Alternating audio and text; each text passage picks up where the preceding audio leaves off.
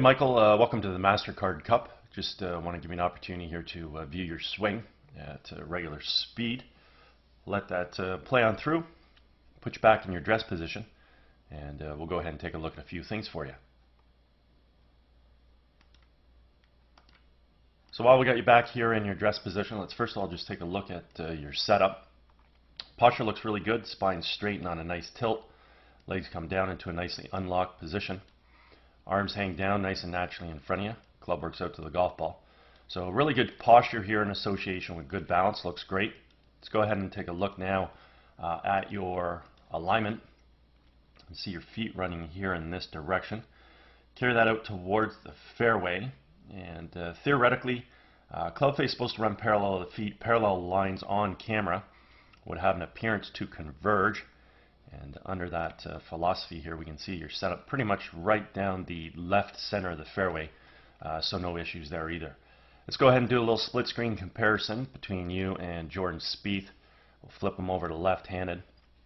As he initiates his takeaway, we create good shoulder rotation, bringing the arms and hands back as well as the club. And we want to see the club coming back along the red line on plane. Also in the early stages of the golf swing, we want to establish some good wrist hinge into play, where we're going to transition the club head from being below and in front of our hands to getting that club head above and behind. From here, we're now going to work the golf club from red up towards the blue-yellow V zone. And when we finally set the club at the top of the backswing, we either want to have the right arm of the club situated on the yellow line, in between the blue-yellow V zone, or physically up on blue, as we can see with Jordan Spieth. We also want to create full shoulder rotation. We want to do this but a stable left leg, all the while maintaining the posture and spinal axis that we achieved at address. Let's go ahead and watch you initiate your takeaway here. So you draw your hands back very nicely, turn in your shoulders. Club sneaks a little bit underneath the swing plane a little, not that big of a deal as long as we start to incorporate some wrist hinge here shortly. So club's still a little bit laid off, a little late with the wrist hinge. Starting to get a little bit of wrist hinge in here now, so that's good. From here, you start working the arms a little bit vertically now because they were a little bit shallow inside. Hopefully we don't go too steep.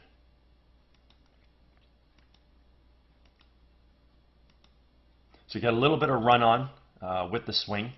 That's due to the fact that your left forearm has compressed to your bicep, and that's causing your right arm to fold.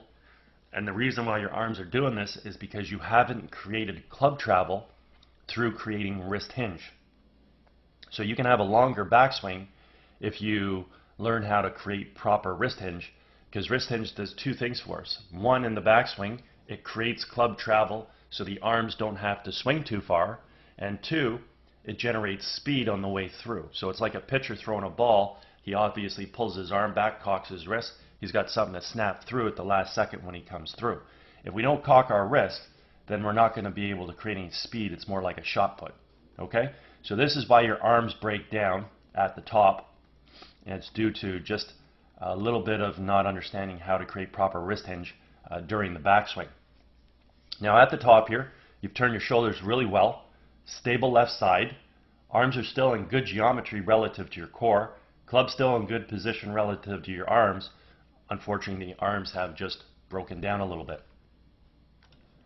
As we create our downswing, we can see with Jordan Spieth, we're simply going to take the weight from the left foot. Sorry, we still have you on there. Let me bring that back to the top. Sorry. So with the transition back in the golf ball, want to move the weight from the left foot to the right. Want to fire the knees and the hips laterally to the target. Unwind the core and fire the hands. And doing so, we want to make sure we're bringing the golf club from that blue-yellow V zone, wherever we set it, and getting that golf club to return back to red. And that's exactly what we see here with Jordan Spieth. The golf club's returned back to plane. The other thing we want to observe at this stage of the golf swing is the relationship between the lead forearm and the golf club. I refer to this as the check mark position. Simply means that the club head right now is remaining above and behind his hands coming into the hitting zone. And this is ultimately what's going to allow us to create a lot of power in the golf swing, alongside the fact he's going to also hit the ball straight due to the fact that the club had returned back to plane, which is a main criteria in producing straight golf shots. Let's go ahead and watch your transition back in the ball. So we got an over-the-top move there. Your hands move out over, down, yellow.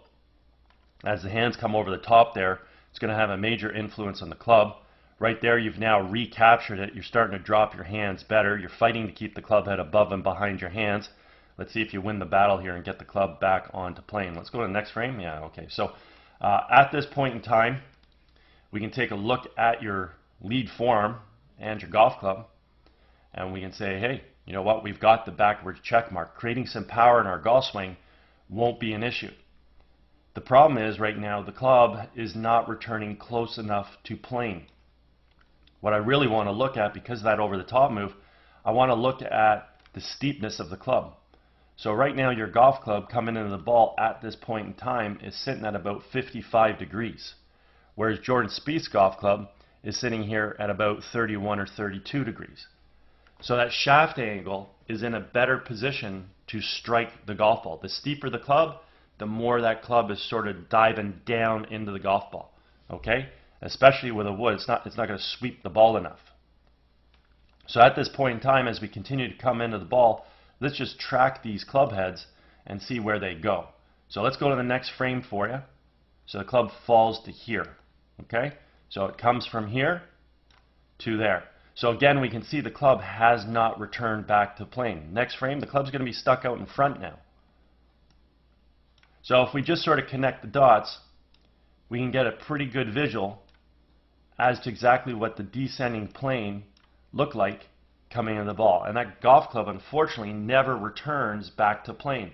And as I stipulated, if we want to hit straight golf shots, that golf club has to return to plane here, and it has to approach the ball from the red line, because this is ultimately the main criteria that will produce a straight golf shot in accordance to our alignment.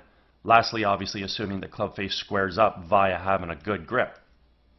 So seeing that the downswing planes are somewhat different here, we can take a look at the pass of the club now.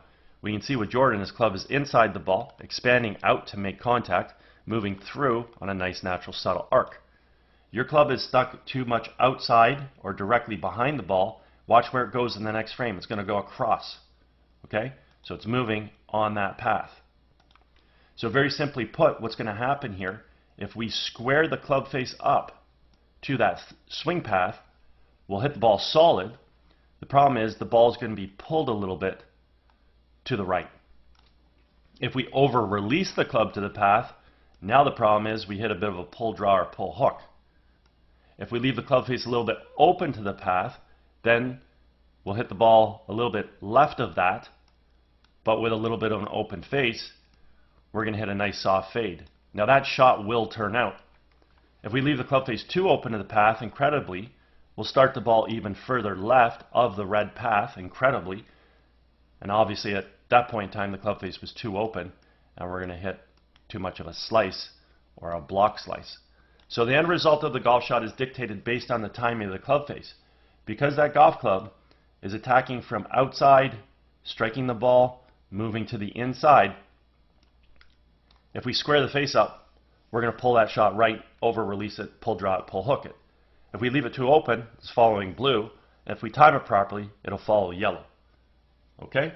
So at this point in time, just want to lastly look at your left heel. That looks great. It's off the ground like we see with Jordan. Let's watch your continued activity through. So you got a great motion through to your finish. So at this point in time, I don't need Jordan Spieth anymore. And really what I want to do is I want to look and see precisely where was your club face with that slight out to in path. So yeah, the club face squared up and the ball is heading in the direction that you're swinging. So very likely that ball is going to stay to the right. Again, if the face stayed a little bit open, that ball might have an opportunity to fade back. If it over-released, it's going to go too far right. And if it just squared up, we're just going to pull it to the right there. So unfortunately, you can see, based on your golf swing, there's three things we need in order to be consistent. We have to have good aim. The feet have to run parallel right of the target. The golf club has to swing down on plane, and then the club face has to square up. Unfortunately, you're just ever so slightly over top of your plane, and that's going to wreak a little bit of havoc on your consistencies from your left to your right, and exactly what that golf ball does as far as, you know, when it's in the air, whether it wants to move a little left or it wants to move a little right based on what your hands did with that club face, imparting spin on the ball. Okay? Your athleticism looks great. Your hands do a great job. They come back, they fire through. Your core works well. You coil, you uncoil. You've got great footwork getting you through to a good finish. Your posture, your balance looks solid. Your alignment's pretty decent right there, maybe just a hair left, and that might be a reason why you're coming a hair over the top, because your subconscious brain is telling you, hey, maybe you got to pull that ball back to the right a little. So maybe a slight refinement in the alignment will help the downswing plane, but really it's going to come down to the fact that even with the alignment you have right now, if you can just bring this golf club down on plane and prevent this over-the-top move we see, you can become a much more consistent ball striker. So right here, this is your entire golf game right here. That slight over-the-top move, coming in a little steep, attacking it from out to in, and then, you know, golf shots indicative based on what did the club face do. Did it release or did it stay open? Okay? Anyways, if at any point in time you ever want to fine-tune any of these aspects of your golf game, I'm located over at Glen Abbey in Oakville. Be happy to structure a little program for you. Also, if you're involved with any golf tournaments at all, you guys are looking for a unique gift to provide to your guests, certainly feel free to reach out and I'd be happy to discuss my swing analysis services. Anyways, hope you had a fabulous day, and also hope you enjoyed getting an opportunity to see your swing on video. Take care.